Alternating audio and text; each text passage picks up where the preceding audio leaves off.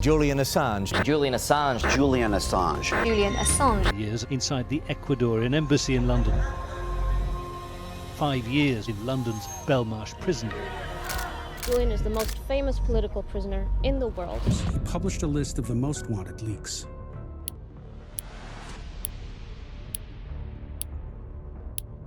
From a quiet rebel in Australia to the most wanted whistleblower in the world, Julian Assange's life is a modern-day story of resistance, drama, and persecution. Julian Assange honed his skills as a computer hacker at an early age. As a team, he broke into a number of large Australian computer systems, sometimes just for fun. When Assange was 20, he and some friends broke into important military and space networks in the United States. At first, it might have been a test of their skills, but Assange found something scary. The US military had its own group of hackers working for them. Assange thought that hackers should break the law, not back it. He already didn't trust people in power, and this made him even less sure. Before he could decide what to do about this news, Assange's personal life was thrown into chaos when his girlfriend broke up with him and took their baby. In the end, Assange's efforts to get custody of his kid were unsuccessful since the courts ruled against him. He believed this was not fair and that the law was biased against dads getting custody. This unfairness made him even more sure that the system needed to be changed and attacked. Assange was determined to use his hacking skills to support justice and openness in other places, even though he couldn't spend more time with his child. Around this time, Assange met online a group of fellow activists, hackers, programmers, and mathematicians who went by the name the cypherpunks. They all believed in a free and open internet, and the cypherpunks introduced Assange to John Young, who would play a key role in the creation of WikiLeaks. Young made Cryptome in the late 1990s. It was a website that posted leaked government papers to show wrongdoing and support free speech. Young said, "We like to put up original documents so people can make up their own minds. We see it as a librarian service." Assange was interested in Cryptome's goal to make the government more open. That being said, Assange wanted to do more than just post leaks in secret on a small website like Cryptome. He wanted to make a platform with a dramatic look and a big effect, like the hacking games he used to play as a kid. Assange bought the domain name leaks.org in 1999, but it took him another 6 years to fully plan out his website for blowing the whistle on wrongdoing. He imagined a website where anyone could send papers anonymously through a system that could not be broken into. This way, even Assange himself would not know who the leaker was. Assange's site, WikiLeaks, which he came up with on a whiteboard, would openly share the leaks with mainstream media, unlike Cryptome. But as of late 2006, WikiLeaks still hadn't put out any big leaks. Then, as WikiLeaks' first big story, a possible plan to kill Somali leaders came to light. Even though there were problems with the translation and the source was unknown, Assange chose to release the whole document on WikiLeaks in December 2006 so that everyone could decide for themselves if it was real and how important it was. This was WikiLeaks' first step into the world of completely open information. In 2007, WikiLeaks and The Guardian both reported that former Kenyan President Daniel Arap Moi had stolen government money and spent it on expensive homes around the world. This made it possible for WikiLeaks and the major media to work together, which was good. However, not all of Assange's new friends were friendly. After leaking proof that the Julius Baer Bank and its clients were not paying their taxes, the bank's lawyers asked that the papers be taken down. When Assange refused, a US judge said the leak violated the privacy of clients and ordered WikiLeaks' name registrar to shut down the site. Not giving up, Assange bought several backup domain names, which made it easy for WikiLeaks to quickly come back online with a new URL. Assange's legal fight with Julius Baer Bank over the tax evasion leak got a lot of negative attention from civil rights groups like THH, ACLU and EFF, as well as from major US newspapers. They said that the court's decision to let the website back online went against free speech laws because WikiLeaks was basically doing the work of reporters by letting the public see the truth. Under a lot of pressure, the judge overturned the injunction within 2 weeks. This means that WikiLeaks can continue to post leaked documents without any problems for now. On the other hand, the US military was wary of Assange. In a 2008 counterintelligence report that Assange eventually leaked, the military called WikiLeaks an information security threat. Over the next few years, WikiLeaks kept releasing disturbing information, including files from the Church of Scientology and Sarah Palin's private emails while she was running for vice president in 2008. But Assange was about to say something even more shocking. Assange told reporters at a press meeting in Washington, D.C. in April 2010 that he had an explosive story to share. It was valuable information that would shake countries around the world. At the 2010 press conference in Washington, D.C., Assange looked tense because he had just come from Iceland with explosives, a disturbing video he had found of an American airstrike in Baghdad in 2007.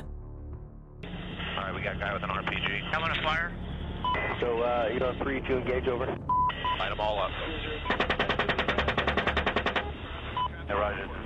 Setting the mood with a quote from George Orwell, Assange showed the 17-minute movie called Collateral Murder. The scary video showed a US and Apache helicopter shot down and killed a group of Iraqi people, 2 of whom were Reuters reporters. Even after hurting 2 kids in a van, the helicopter crew praised their dead bastards with sickening joy throughout the video. As the lights came on, US military troops trying to hide their shock at the horrifying images that went against official claims that only anti-Iraqi forces were killed struggled to do so. The Pentagon quickly went into damage control mode. Later, it came out that many news outlets had seen the Collateral Murder video before it was released, but they didn't print it because they wanted to keep military sources open in case they needed to be used in the future. Assange said that they were hiding the truth to get along with powerful people. Even though the explosive video showed clear evidence of a random killing spree, it didn't get much attention at first from the major media. Supporters of Assange said that the media's lack of response showed that they cared more about military interests than revealing uncomfortable truths. There was no doubt that the Collateral Murder video showed civilian deaths, but some in the media said Assange had edited the video in a way that left out important information about armed opponents at the scene. Others thought that the video showed only one moment and didn't show how complicated war is. Some people thought that Assange's public release was more of a show than real news. Assange didn't seem to care that he was getting more and more negative reactions. Instead, it seemed to fuel his determination. He flew to Australia, where he was waiting for his next big reveal. Afraid of possible US vengeance, Assange thought he could go through immigration without being stopped. He had no idea that information from his passport was being secretly collected and put on a watch list. In June 2010, 2 months later, Assange went back to the Guardian's London office to work with reporters from big international newspapers. He got a huge new leak that was too big for him to handle by himself. Assange and other journalists released more than 91,000 secret papers about the war in Afghanistan. It was an equally shocking leak on par with the famous Pentagon papers from almost 40 years earlier. The papers showed that hundreds of civilian deaths went unnoticed and that the US tried to hide Taliban crimes like getting deadly missiles. As they rushed to check the papers, the problem of hiding names to protect weak people came up. Even the White House and Assange's media partners wanted full redactions, but Assange wanted the documents to be released quickly instead of carefully, saying that they needed to get the truth out before it was hidden. In the end, about 15,000 papers were kept secret because they could not be redacted in time. The last 77,000 were released on July 10, 2010, but names were still visible after attempts to hide them failed. This caused outrage around the world. While the leak caused a media frenzy and many praised Assange for being so open, he also got a lot of criticism from former supporters like Amnesty International for putting lives in danger through poor redactions and careless journalism. The Afghan war logs caused both praise and criticism for WikiLeaks' brave disclosures. The event also made people more aware of why some secrets should be kept, since revealing names and places could put American lives in danger. The US government thought about charging Assange under the Espionage Act for encouraging the sharing of intelligence with enemies. Even though he said he was just publishing leaked papers like a reporter, Assange's journalistic rights were being talked about, and sexual assault claims against him came to light in Sweden. Even though those charges were later dropped, he ran away to the UK to escape lesser charges. He was determined to keep publishing leaked documents like the Iraqi war logs, even though he was getting more and more in trouble with the law. Assange wasn't going to give up, so in late November 2010, he released the first of nearly 260,000 secret US foreign cables. This was an even bigger bombshell. The papers showed shocking things, like how Saudi Arabia wanted the US to attack Iran, and how Hillary Clinton told her staff to spy on UN officials, taking charge. Hillary Clinton said that WikiLeaks was sabotaging peaceful relations and putting innocent people in danger. Assange, on the other hand, made it official that he is an enemy of the United States by his extreme desire for openness at all costs. Right away, big backers like Amazon, PayPal, MasterCard, and Visa cut ties with WikiLeaks because it was harmful. Assange's allies were leaving, and legal consequences were drawing near, so Sweden put out an Interpol warning for his arrest on sexual assault charges. Assange turned himself in to UK authorities on December 8, 2010, and was jailed until his extradition hearing. He was then freed on bail, paid for by his loyal fans. Assange was put under house arrest in the English countryside, while his lawyers fought extradition. Assange had gotten more information than anyone else through whistleblowing, but he had also angered most of the world, and started a historic fight between radical openness and national security. Even though Assange was under house arrest in the UK, he worked hard to keep WikiLeaks going during the scandal. Sweden's charges against him were a plot to stop him from revealing state secrets, which was his goal, but he became more and more worried that the